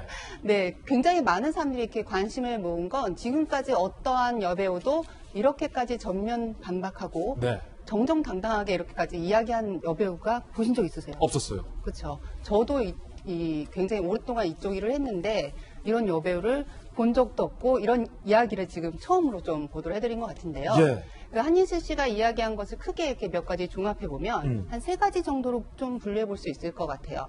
일단은 전 그리고 현 남자친구에 대해서 굉장히 소상히 밝히면서 실명까지 언급하고 예, 그렇게 해서 이제 그 루머에 대해서 해명을 했고요. 맞는 건 맞다. 예를 들어서 재벌 남자친구 맞다라고 이야기했고 전직 남자친구 중에. 네, 그리고 현재 남자친구 같은 경우에 자기가 아는 선에서는 아니다. 그러니까 그 접대부가 아니다. 네, 자기가 아는 선에서는 그 노래방 직원이었다. 자기가 아는 선에서는 아니다. 아니다. 네, 라고 이야기를 한 부분이 있고요. 그리고 마지막으로는 한인슬 씨의 어떻게 보면 한 20년 데뷔 전의 이력에 대해서 또 이야기를 했거든요. 그 부분은 사실 한 20년 쾌쾌 묵은 루머 중에 하나인데 그 부분에 대해서도 사실이 아니다라고 이제 해명을 했습니다. 특히 이제 그 남자친구의 직업과 관련돼서 일종의 지금 제기됐던 게 이제 결혼한 기혼 여성이 금전적인 피해를 봤다라는 주장도 제기됐는데 그 부분과 관련돼서 피해자가 있으면 고소해달라고 오히려 얘기를 했다라는 대목도 좀 눈에 띄던데요. 어떻게 보십니까? 맞습니다. 그런 사람이 있으면 오히려 드러내달라. 자신들이 오히려 취합하겠다라고 이야기를 했고요. 전혀 피해 사실 없다라는 어떤 자신감입니까? 네, 자신이 아는 선에서는 내 남자친구는 그렇지 않다. 그리고 미래가 앞으로 굉장히 창창한 친구인데 이런 악성 루머와 이것으로 인해서 이 친구의 앞길을 막는 것을 이렇게 좌시하지 않겠다라는 굉장히 그 한예슬 씨가 어제 이야기한 것 중에서 버닝썬 관련과 남자친구, 현재 남자친구의 관련에 대해서는 굉장히 분노한 표현을 많이 썼고요. 그랬습니다. 버닝썬과도 연관성이 없다라는 강한 부인이었고 말씀해 주셨던 전직 남자친구의 막 실명까지 나왔다고 하는데 들어보시죠. 제가 사귀었던 분이 이라는 소위 얘기하는 재벌 남자친구다. 혹시 맞습니다. 오빠 이렇게 오랜만에 또 나로 인해서 이렇게 이름이 거론되게 돼서 정말 미안해요. 페라리 차를 선물을 받았다. 그게 잘못됐나요? 여자친구한테 차 선물해 줄 수도 있는 거 아닌가요? 그리고 그거에 대해서 자랑을 했다. 아니 그럼 자랑하지. 남자친구가 선물해 줬는데 자랑 안 해요? 만났던 친구 중에 테디. 테디라는 친구는 너무 유명하고 저랑 공개 연애를 한 것으로도 너무 유명하고 제가 너무 사랑했던 친구도 너무 확실하고 같은 YG 소속사라서 그러는 건지 모르겠지만 왜 두 분을 엮는 건지 그분의 히스토리도 전 모르고 한 번도 뵌 적도 없어요. 근데 이분과의 어떤 테디와의 얘기로 인해서 제가 차였다. 네. X 절대 아닙니다. 진짜 이걸 보고 있는 제 X 남자친구 분들도 얼마나 기가 차고 이게 얼마나 소설인지 당사자분들도 느낄 거라고 저는 확실합니다.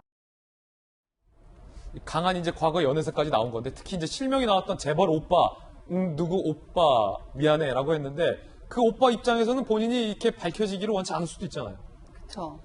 재벌 맞습니까? 재벌은 맞고요. 모 그룹의 회장의 차남인 걸로 알려져 있고 실제 굉장히 영향력 있는 부회장인 것으로 업계 알려져 있습니다. 그렇군요. 이 의혹을 제기했던 그러면 가로 세로 연구소 측은 이 한예슬 씨의 반박에 대해서 어떤 반응 보였을까요? 함께 보시죠.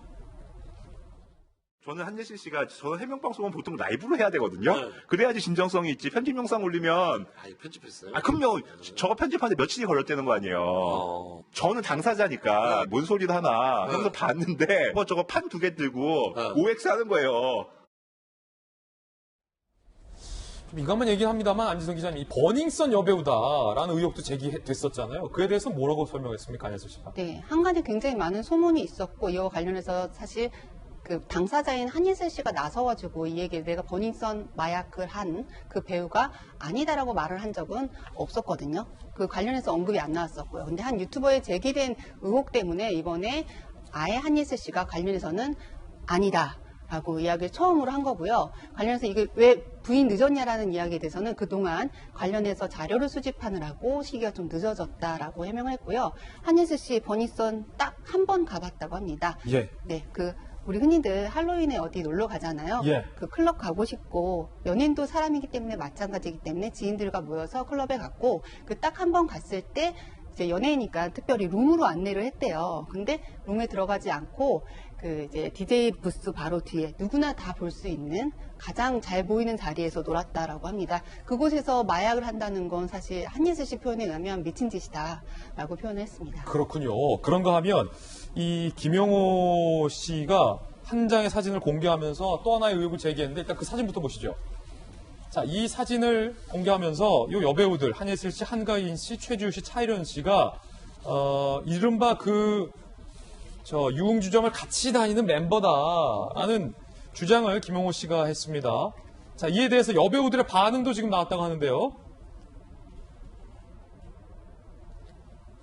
고소영 씨는 일상의 사진을 올리면서 감사합니다라고 했고, 최지우 씨나 이제 차이련 씨 같은 경우도 뭐 사실이 아니라 괜찮다라는 반응들 나오고 있다고 하는데, 꼭 김용호 씨가 제기한 사진, 안지성 기자님이 오랫동안 또 연애 취재를 많이 하셔서 잘 아실 텐데, 이 여배우들이 진짜 그런 어떤 유흥업소 멤버가 이게 사실입니까?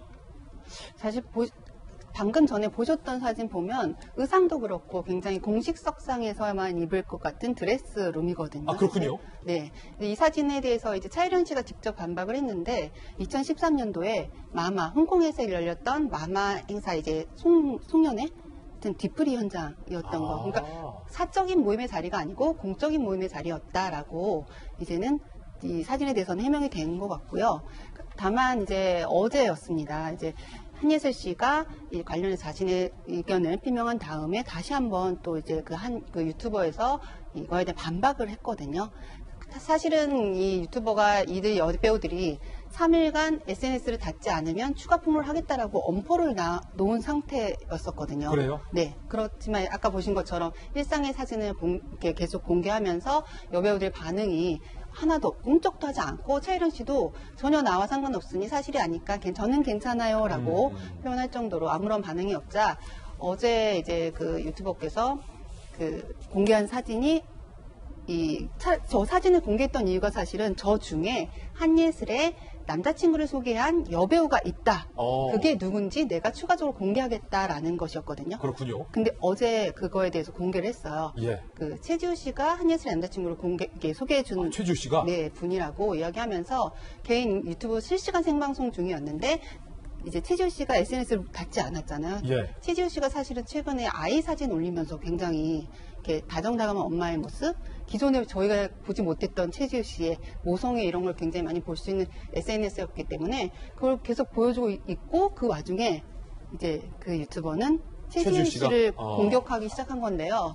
사실 어제 좀 저도 보면서 충격적이긴 했는데 그 최지우 씨 남편 사진을 모자이크 처리하지 않고 공개를 했고요. 그렇군요. 네, 굉장히 근육질 남성의 모습을 공개했고 더 충격적인 거는 최지우 씨를 공격하는 그 선에서 조금 더 지나쳐서 최지우 씨 불륜설까지 제기를 했습니다. 남편이 어느 호텔에 들어가는 모습을 봤다라는 이런 이야기와 함께 그래서 사실은 저희 이제 기자들 입장에서는 알겠습니다. 네, 좀 사실 부분일 가능성도 일단은 큰 상황이고요. 자, 안지선 기자님과 또 손정희 변호사님께도 또 법률적인 문제 여쭙고 싶었는데 방송 시간이 또 아쉬워서 다음번 또 사연남 때 오늘 못다한 이야기 두 분께 여쭤보겠습니다. 60초 광고 후에 돌아오겠습니다. 잠시 후에 뵙죠. 자, 오늘 신규 코너 사연남까지 선보였습니다. 저희들이 준비한 소식 모두 다 전해드렸고요. 내일 아침 8시 50분에 풍성한 소식 100분간 생방송으로 또 인사드리겠습니다. 오늘 하루는 분명 어제보다 나을 겁니다. 좋은 하루 되십시오. 고맙습니다.